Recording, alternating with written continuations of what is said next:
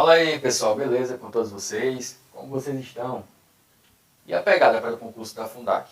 Coloca aí nos comentários o que é que vocês estão tendo dificuldades, como está o nível de estudo de vocês, para eu ir acompanhando. O pessoal tem me pedido para eu fazer aulas voltadas para esse edital, claro, conforme minhas condições. E hoje eu resolvi trazer uma aula falando sobre redação. Então, pessoal, fica até o final do vídeo, comenta, compartilha e dá um feedback aí do que vocês acharam da aula, beleza? Antes de iniciar a aula propriamente dita, eu quero deixar algumas observações importantes. A primeira, só se escreve bem quem tem dom para isso. Isso é uma grande falácia, pessoal. É um mito, não é verdade. É claro que há algumas pessoas que têm uma maior facilidade para escrever, assim como tem pessoas que têm uma maior facilidade para matemática, para ciências humanas, ciências da natureza, enfim. Mas não significa que uma pessoa que não tem tanta facilidade para a produção textual, que ela não vai conseguir fazer um bom texto. O que ocorre também é que, geralmente, quando a pessoa não tem essa facilidade, já cria um bloqueio. Deixa de lado, não procura se aperfeiçoar, não procura buscar aprender mais. Mas após essa aula, vocês vão perceber que a prática de produção textual é necessário sim estudar, é necessário pesquisar. Mais uma pergunta.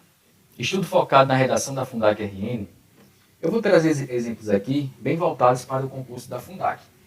Mas isso não significa que o que vocês vão aprender aqui comigo não pode ser utilizado em outros concursos. Porque se você produz um bom texto, você vai produzir um bom texto em qualquer lugar, em qualquer prova, para qualquer concurso de qualquer banca. O que acontece às vezes é que as bancas, elas têm maior peso para determinadas competências que serão analisadas.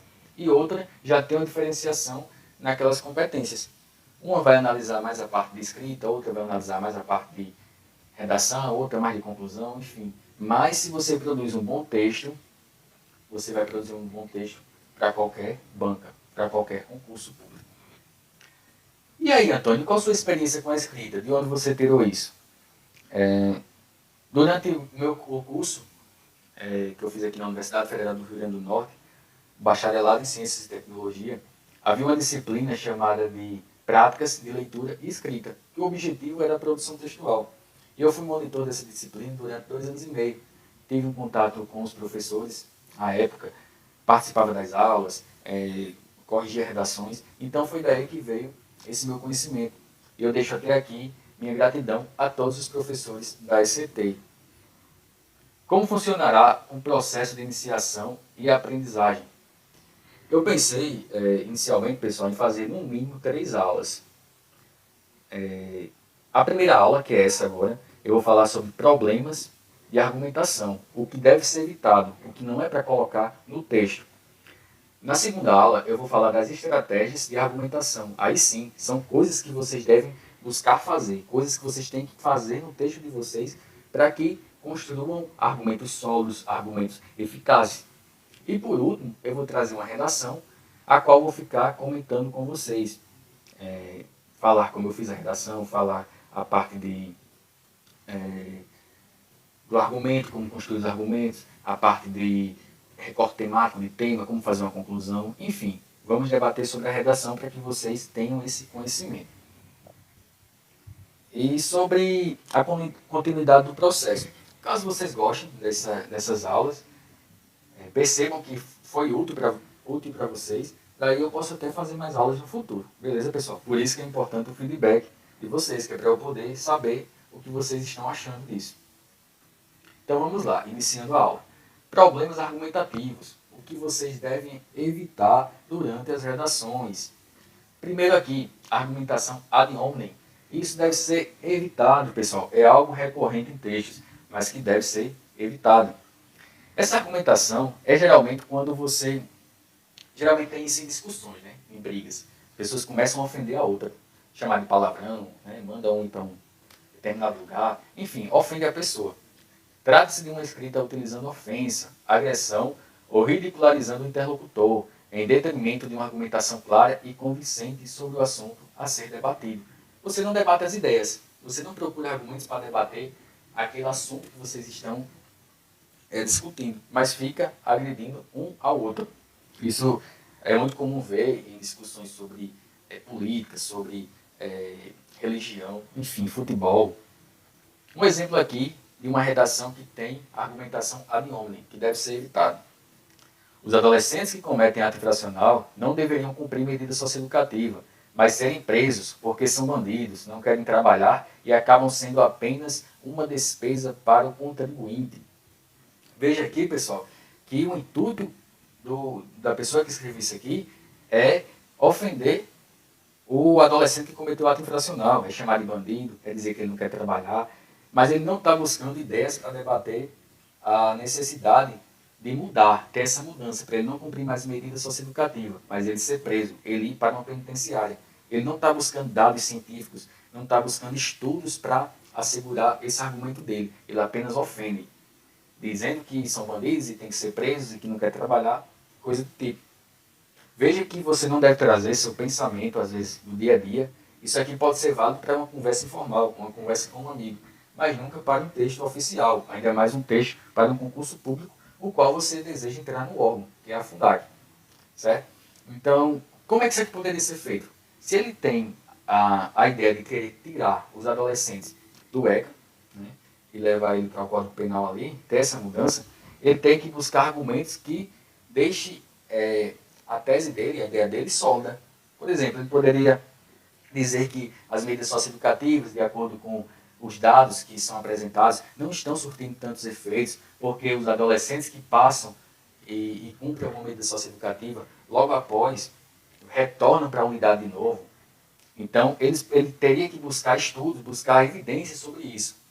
Veja que, por mais que você concorde ou não, os adolescentes hoje estão no ECA. O ECA foi produzido ali por estudiosos, foi todo pensado, digamos assim. Então, você, para rebater isso e dizer que os adolescentes devem sair e não devem cumprir medida socioeducativa, mas serem presos, você tem que, da mesma forma, também ter um estudo para assegurar isso, e não apenas ofendendo ali o adolescente que cometeu ato infracional. Temos que ter bastante cuidado com essas questões aí, tá certo? Então, vamos lá. Ou seja, argumentação ad hominem, a argumentação em que você ofende o interlocutor e você não debate ideias, isso deve ser totalmente evitado dos textos. Argumentação baseada no individualismo. Utilizar-se de acontecimentos pessoais ou pensamentos na tentativa de argumentar. Exemplo, o adolescente que comete ato infracional faz por não gostar de trabalhar e por querer tudo mais fácil. Eu mesmo, na adolescência, sofri muitas privações, passei fome, no entanto jamais roubei ou assassinei alguém. Veja que ele alicerçou todo o argumento dele na vida dele. Ele quis dizer, porque eu não fiz isso na minha adolescência, eu também sofri dificuldade, mas eu não fui roubar não. Ele quer utilizar essa prerrogativa para dizer que o adolescente que comete ato infracional não faz isso porque não gosta de trabalhar ou porque ele é tudo mais fácil. Beleza, a gente pode achar isso, pode ter essa ideia, mas isso para você discutir de forma informal. Numa prova isso não cai bem, pessoal. Daí alguns vão falar, não, mas é verdade e tal. Não querer discutir com a banca, não querer discutir com o que já está, digamos assim. Isso aqui, não sou eu que estou dizendo, pessoal. Isso aqui faz parte de todo um estudo, de pessoas que se formaram na área e têm esse entendimento, certo? Você não pode fazer esses argumentos voltados de botar isso para seu individualismo. Isso não cai bem. Por mais que possa parecer algo óbvio, mas é uma comparação indevida. Certo, pessoal? Então, evita isso. Você tem que basear seus argumentos por meio de estudos, por meio de dados estatísticos, por meio de argumentos de autoridade, que a gente vai falar na próxima aula, que são as estratégias de argumentação. Ok, pessoal? Então, vamos lá. Falso prognóstico. Outro defeito de argumentação que é muito visto em textos por aí, pessoal. Fazer previsões sem uma base de estudo, sem estatísticas ou mesmo sem um argumento de autoridade. Exemplo, os adolescentes só cometem ato infracional porque as leis são muito brandas para eles. Caso cumprisse pena de verdade, não voltariam a roubar pelo medo de retornar à penitenciária. Ou seja, pessoal, aqui ele está prevendo uma coisa que ele não tem como garantir com certeza. Veja bem, caso cumprisse pena de verdade, não voltariam a roubar pelo medo de retornar à penitenciária. Você não tem como assegurar isso se você não tiver feito um estudo para colocar isso com certeza. É uma ideia sua. Pode ser verdade? Pode, mas você não tem como assegurar isso com 100% de certeza. Logo, um argumento dessa forma, ele estaria invalidado. E o maior peso numa redação, geralmente, são os argumentos.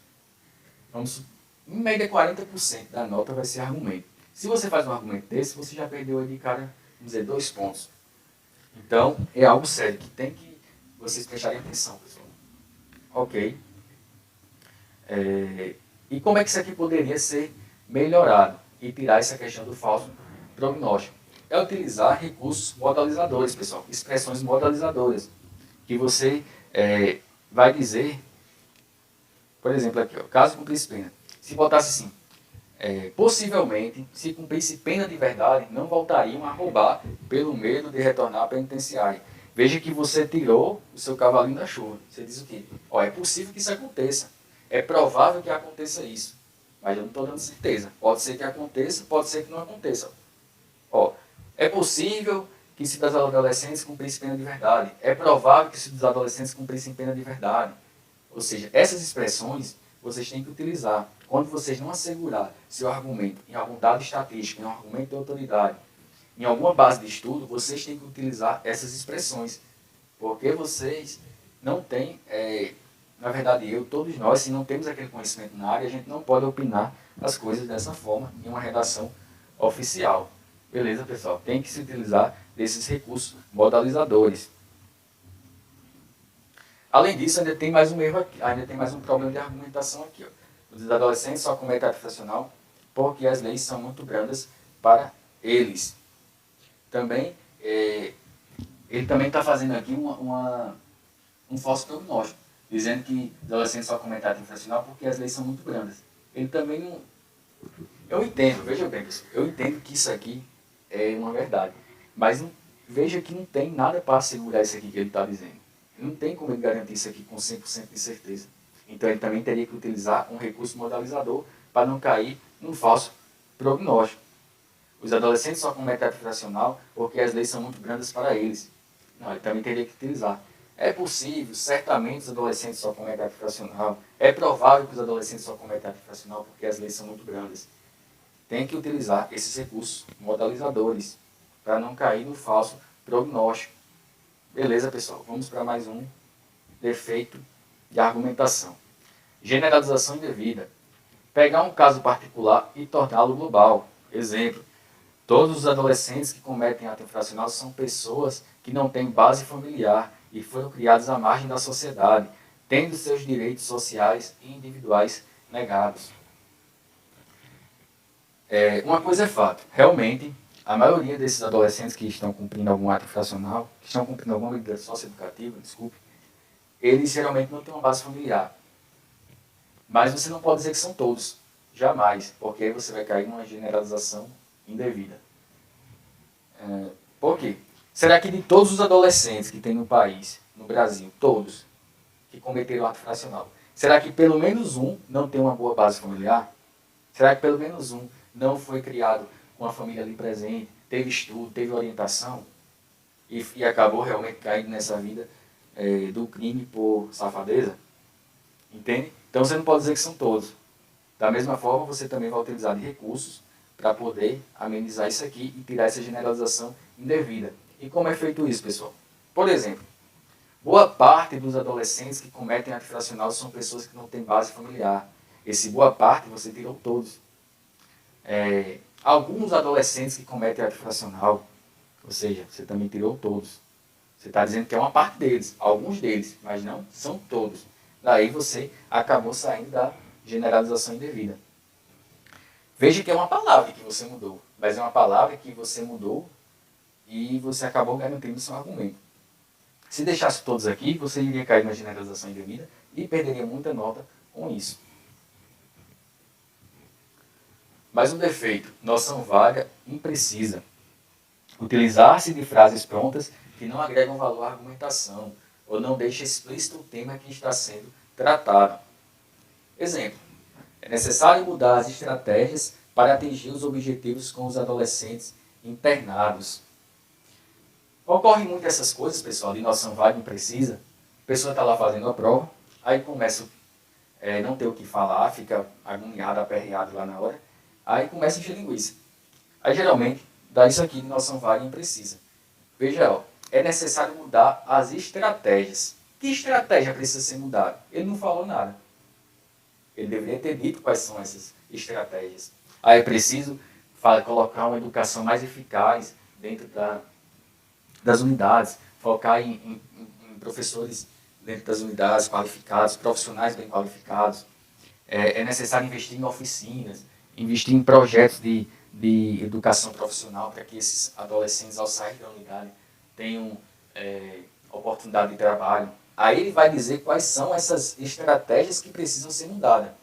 Não apenas jogar isso aqui. Isso gera uma noção vaga e imprecisa que deve ser evitado em redações. Para atingir os objetivos. Que objetivos? Ele também não falou. Veja bem que isso parece algo óbvio, que você lê, não, mas isso está óbvio, dá para entender. Mas não está no texto, pessoal. A pessoa que vai avaliar, o avaliador, ele só vai lhe dar sua nota conforme que você colocou no texto. Não é o conforme você pensou ou conforme o que parece ser, mas é o que está no texto. Então ele deveria dizer aqui, ó, para atingir os objetivos. Quais objetivos? Que o adolescente seja ressocializado.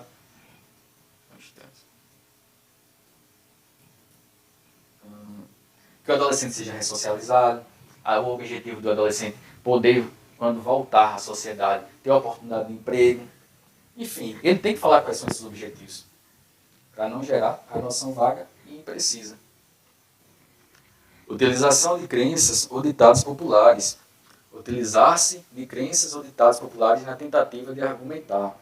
Exemplo, o adolescente que cometeu ato infracional, após cumprir medida socioeducativa, será ressocializado. É como o prego ditado, água mole em pedra dura, tanto bate até que fura.